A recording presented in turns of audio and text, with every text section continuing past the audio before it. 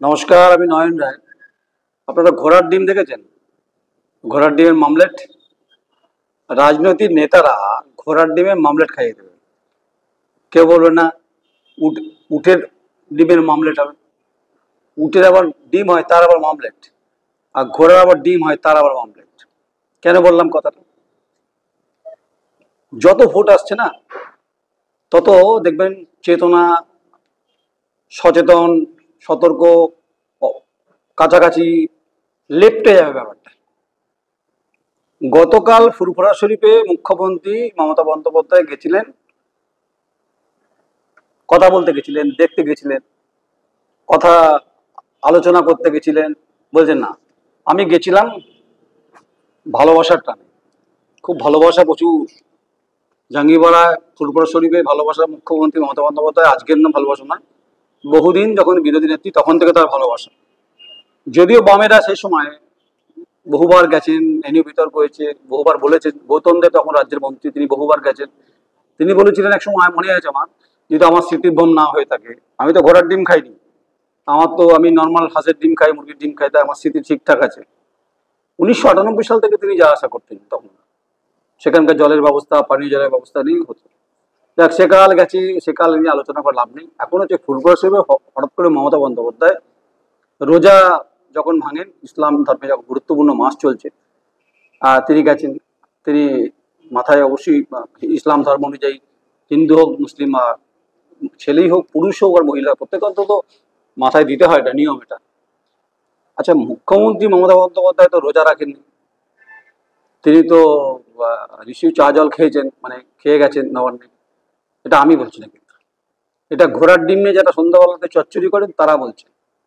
মানে ঘোড়ার ডিম নিয়ে চচ্চড়ি কারা করেন? যারা ডিবেটে বসে থাকেন, যারা বড় বড় কথা বলেন। তো তাহলে তিনি রোজা ভাঙতে যাননি, রোজা রাখা মানুষদের সঙ্গে কথা বলতে গেছিলেন। আসলে গোপনে গোপনে কথাটা হচ্ছে যে ভোটটা সামনে আসছে, তাই ফুরফুরা শরীফের প্রেম জেগে উঠেছে। খুব স্বাভাবিক, প্রেম জাগবেই। আবার এর মধ্যে নওশাদ সিদ্দিকী মুখ্যমন্ত্রী মমতা বন্দ্যোপাধ্যায়ের সঙ্গে দেখা করে এসেছেন। তিনি তার এলাকার কাজ করতে চান। তারা তাকে কটাক্ষ করেছেন কাকা তোহা সিদ্দিকী। তিনি বলেছেন যে ও হারবে, ও হারবে, ভাঙড়ের অবস্থা খুব খারাপ। ও মুখ্যমন্ত্রীর সঙ্গে বার্গেনিং করতে 2-3টে সিট যদি বার করতে পারেন, একটাও পাওয়া যাবে না, একটাও পাবেন না। আসলে মুখ্যমন্ত্রী মমতা বন্দ্যোপাধ্যায়কে কাছ থেকে চেনেন তোহা সিদ্দিকী। তিনি বলছেন, আমি মমতা বন্দ্যোপাধ্যায়কে পছন্দ করি। কী কারণে পছন্দ করেন? তার উন্নয়নমুখী কর্মসূচি, তার ভাবনা চিন্তা ঠিক। তাহলে বামফ্রন্ট যখন ক্ষমতায় ছিল, তোহা সিদ্দিকী মহোদয়, যখন জ্যোতি বসু ছিলেন, আপনাদের বড় হুজুর ছিলেন, মেজ হুজুর ছিলেন, আমি তো সবাইকে সম্মান দিই, আমিও দিই। তারপর বুদ্ধদেব ভট্টাচার্য রাজ্যের মুখ্যমন্ত্রী, কিছু করেনি ফুরফুরা শরীফে? তাদের ভালোবাসতেন তো, নিশ্চয়ই বাঁচতেন। কম বাঁচতেন নাকি? মানে প্রয়াত প্রাক্তন মুখ্যমন্ত্রী, দুজনেই প্রাক্তন এবং প্রয়াত হয়েছেন, দুজন কি ভালোবাসতেন? কাকে বেশি ভালোবাসতেন, জ্যোতিবাবুকে না বুদ্ধদেব ভট্টাচার্যকে? এই উত্তরটা আপনি দিন তো আমাকে। আসলে গা শেখাশেখির ব্যাপার আছে, যত নির্বাচন বার বলছে না, যে এই নির্বাচন এলে এই সমস্ত কথাবার্তাগুলো শুরু হয়ে যায়। আর আসলে সংখ্যালঘু ভোটটা নিয়ে খুব ইম্পর্টেন্ট হয়ে যাচ্ছে পশ্চিমবঙ্গে। অনেকে বলছেন যে সমীকরণের রাজনীতি চলছে। আমি বলছি, কিসের সমীকরণ ভাই?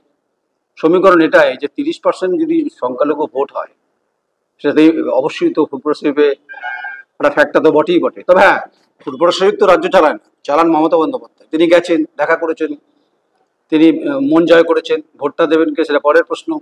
আবার তাদের মধ্যে আবার অন্তর্কলহ আছে। ফুরফুরা শরীফের মধ্যে আবার অন্তর্দ্বন্দ্ব আছে, ফাটল ফাটল আছে। একে অপরের বিরুদ্ধে কিন্তু বিষোদ্গার করেন, মুখ খোলেন। তাই কে কত মুখ্যমন্ত্রীর কাছে যাবেন আর কে কত দাবি আদায়ের ক্ষেত্রে কাছাকাছি যাবেন, সেটা হচ্ছে মূল বিষয় না। বিষয়টা হচ্ছে যে সঙ্গে থাকা, ওই ঘোড়ার ডিমের অমলেট খাওয়ার মতো। এইসব শুনে আবার রাগবাগ করবেন না, আবার কেউ ভাবেন না যে আমি বোধহয় সত্যি ঘোড়ার ডিম সত্যি হয় না, ঘোড়ার ডিমটা গল্পে শোনা যায়। হাট্টি মাটিন ডিম, তারা মাঠে পারে ডিম বলেন না, আছে, সেটাই বলছি। তাই এই ফুরফুরা শরীফের রাজনীতি শিরোনামে বাম আমল থেকে হয়েছে, এই আমলও হচ্ছে, বাদ যাচ্ছে না কিছু।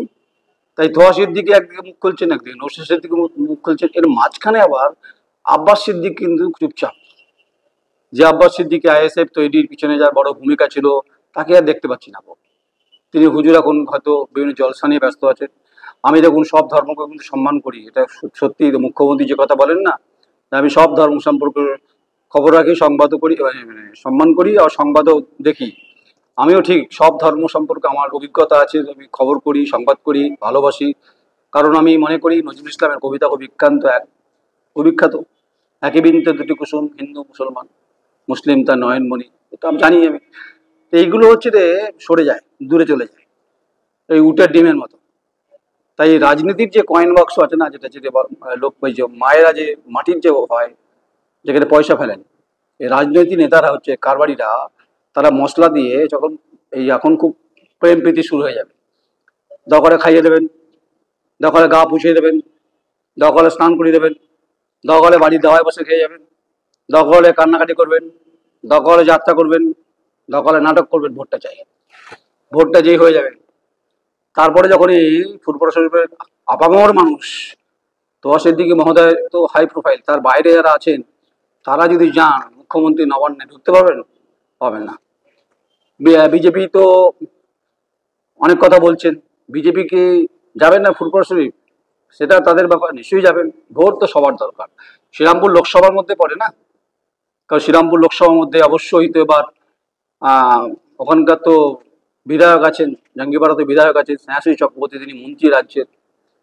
এই আস্ফালন দেখছিলাম, মানে ধর্ম নিয়ে যে ভাবনা চিন্তা।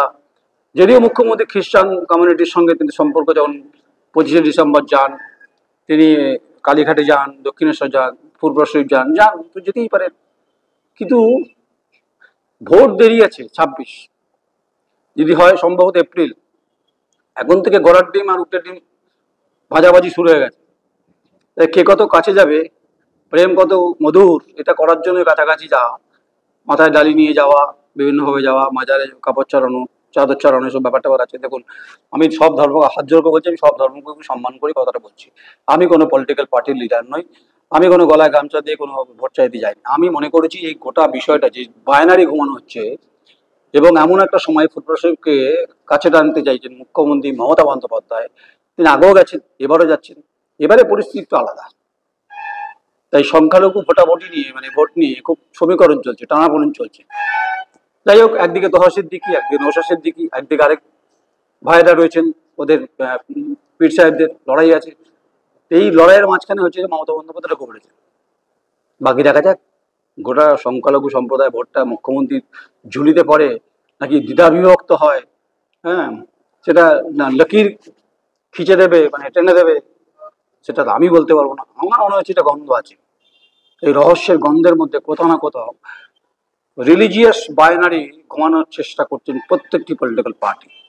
কেউ বাদ যাচ্ছেন না, না মমতা, না বিজেপি, না সিপিএম, না কংগ্রেস। কেউ ধোয়া তুলসী পাতা ভাববার কোনো কারণ নেই। আর politics is the possible industry, জানেন তো? এ কথা তোহা সিদ্দিকী বলছেন না মহোদয়, যে সিঙ্গুরটা হয়নি কেন, উত্তরটা করছেন না, প্রশ্নটা করছেন না।